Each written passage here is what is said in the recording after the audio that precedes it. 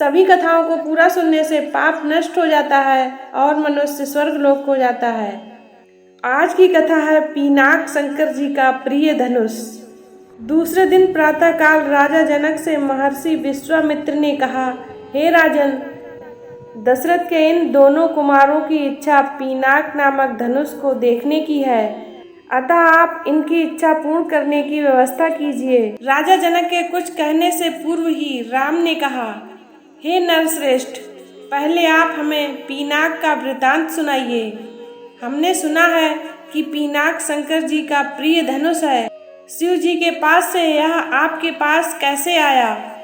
इस पर मिथिलापुरी जनक बोले, हे राम, एक बार प्रजापति दक्ष ने एक बड़ा विशाल यज्ञ किया। दक्ष जी शंकर जी के ससुर थे।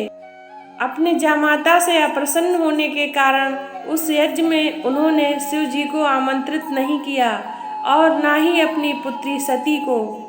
पति के समझाने बुझाने की परवाह न करके सती अपने पिता के यहाँ यज्ञ में पहुँच गई।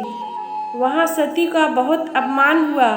सती ने देखा कि देवताओं के लिए यज्ञ का जो भाग निकाला गया था उसमें शिव जी का भाग नहीं था। उससे क्रुद्ध होकर सती ने यज्ञ कुंड में कूदकर अपने प्राण त्याग दिए। महादेव जी के गणों ने जो सती के साथ राजा दक्ष के यहाँ आए थे, लौटकर महादेव जी को सारा वृतांत बताया। सती की मृत्यु की सूचना पाकर महादेव जी बड़े क्रुद्ध हुए। उन्होंने राजा दक्ष की यज्ञ भूमि में जाकर उस यज्ञ को नष्ट कर डाला।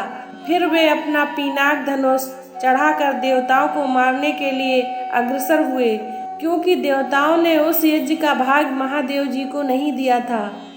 महादेव जी का यह रौद्र रूप देखकर सारे देवता भयभीत हुए। देवताओं ने अनुनय विनय करके महादेव जी का क्रोध शांत कराया। देवताओं ने उस धनुष को हमारे पूर्व पुरुष देवराज को दे दिया। तभी से वह धनुष हमारे यहाँ रखा है। हमारे पूर्वजों का स्मृति चिन्ह होने के कारण हम इस धनुष की देखभाल सम्मान के साथ करते आ रहे हैं। इस बीच एक बार हमारे राज्य में अनावृष्टि के कारण सूखा पड़ गया।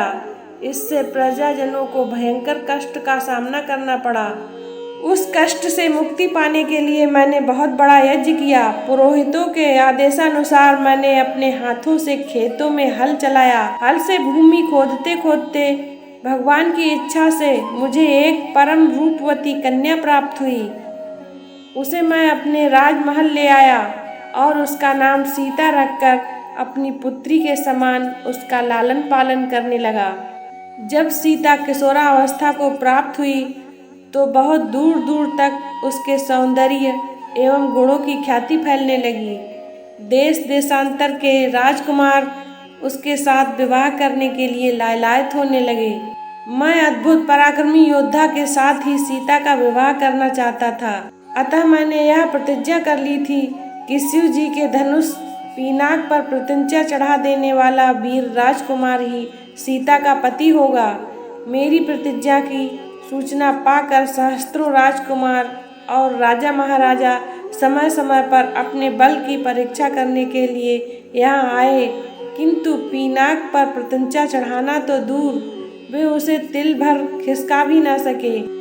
जब वे अपने उद्देश्य में इस प्रकार निराश हो गए तो वे सब मिलकर मेरे राज्य में उत्पात मचाने लगे। मेरे प्रदेश को चारों ओर से घेर लिया और निरीह प्रजाजनों को लूटकर आतंक फैलाने लगे।